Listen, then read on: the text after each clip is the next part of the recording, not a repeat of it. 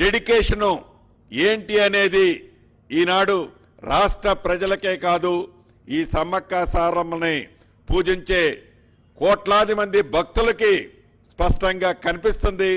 భవిష్యత్తులో ఈ మేడారాన్ని తిరుపతిని మరిపించే విధంగా, ఏదైతే కుంభమేళాన్ని మరిపించే విధంగా భవిష్యత్తు తరాలకి ఈ తెలంగాణ రాష్ట్రంలో ఇదొక అద్భుత పుణ్యక్షేత్రంగా ఈ ప్రభుత్వం తీర్చిదిద్దే విధంగా కేబినెట్లో నిర్ణయం తీసుకున్నాం.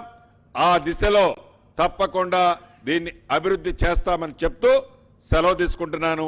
పెద్దల కోమటిరెడ్డి గారిని మాట్లాడవలసిందిగా కోరుతున్నాను. గౌరవనీయులు పెద్దలు రాష్ట్ర రెవెన్యూ శాఖ మంత్రులు పొంగులేటి శ్రీనివాసరెడ్డి గారు, గౌరవనీయులు మా అక్క సీతక్క, స్థానిక శాసనసభ్యురాలు మంత్రివర్యులు సీతక్క గారికి, మా అన్నగారు పార్లమెంట్ సభ్యులు బల్లాం నాయక్ గారు, మీ అందరు కూడా సమ్మక్క సారళకు సందర్భంగా శుభాకాంక్షలతో పాటు మీ అందరు కూడా నమస్కారాలు తెలియజేసుకుంటూ, మా గౌరవ పెద్దలు అన్ని విషయాలు చెప్పడం జరిగింది. క్యాబినెట్లో చారిత్రాత్మకమైన క్యాబినెట్ మీటింగ్ ఇది. నేను 30 సంవత్సరాలుగా ఎమ్మెల్యేగా ఎంపీగా ఉన్నాను. కానీ ఇలాంటి మారుమూల ప్రాంతంలో కోట్లాది మంది కొలిచే దేవతల సమక్షంలో క్యాబినెట్ మీటింగ్ చేర్చుకోవడం, నిజంగా క్యాబినెట్ మంత్రిగా మాకు ఈ అవకాశం కల్పించిన గౌరవ ముఖ్యమంత్రి గారికి కూడా ఈ సందర్భంగా వారికి కూడా కృతజ్ఞత తెలియజేసుకుంటున్నాం. దాంతోపాటు 2 విషయాలు ఏంటంటే, యామ్ రోడ్ సంబంధించి మన భారతదేశంలో ఎక్కడ లేని విధంగా మా R&B శాఖ ద్వారా దాదాపు ఒక 6,000 కిలోమీటర్ల పైన రోడ్లని 11,334 కోట్లతో ఎస్టిమేట్ వేసి ఆ టెండర్ ప్రాసెస్ నడుస్తుంది. దాన్ని కూడా వేగవంతం చేయాలని, దాంతోపాటు పంచాయతీరాజ్ శాఖ కూడా 6,000 కోట్లతోని గ్రామీణ ప్రాంతాల నుంచి మండల హెడ్ క్వార్టర్ నుంచి డిజా హెడ్ క్వార్టర్కు R&B శాఖ ద్వారా దాని మీద కూడా ముఖ్యమంత్రి గారు మంత్రిమండలి చర్చించి త్వరగా పనులు ప్రారంభించాలని చెప్పి నిర్ణయించుకోవడం జరిగింది. దాంతోపాటు మీకు తెలుసు, మన గౌరవ ముఖ్యమంత్రి గారే విద్యాశాఖ మంత్రి.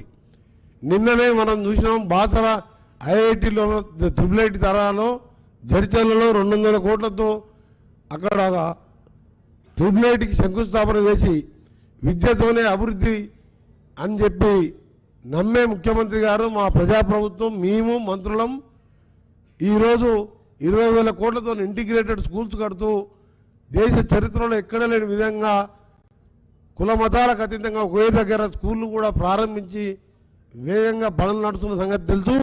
ఆ దశలో ఆ క్రమంలో భాగంగా నేను కోరగానే ఉస్మానియా కాకతీయ యూనివర్సిటీ తర్వాత పెద్ద యూనివర్సిటీ 2004-05లో నేను ఆ రోజు కాంగ్రెస్ ప్రభుత్వంలో రాజశేఖర రెడ్డి గారు ముఖ్యమంత్రిగా ఉన్నప్పుడు స్థాపించిన Mahatma Gandhi university law college యూనివర్సిటీలో ఇంజనీరింగ్ కాలేజు, MBA అన్ని కూడా కోర్సెస్ ఉన్నాయి. కానీ నేను అప్పటికెళ్ళి తెలంగాణ వచ్చినప్పటికెళ్ళి ఆ ప్రభుత్వాన్ని ఎన్నిసార్లు అడిగినా వాళ్ళు పట్టించుకోలే.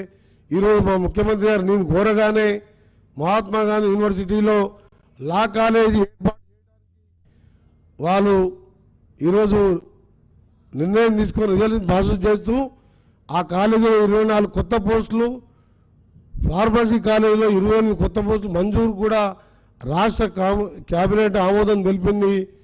వీళ్ళందరికీ కూడా ఈ సందర్భంగా గౌరవ ముఖ్యమంత్రితో పాటు మా మంత్రిమండలికి ఆ యూనివర్సిటీ ఆ ప్రాంత శాసనసభ్యునిగా మంత్రిగా ఇవన్నీ కూడా సెల్ఫ్ ఫైనాన్సింగ్ కోర్సెస్.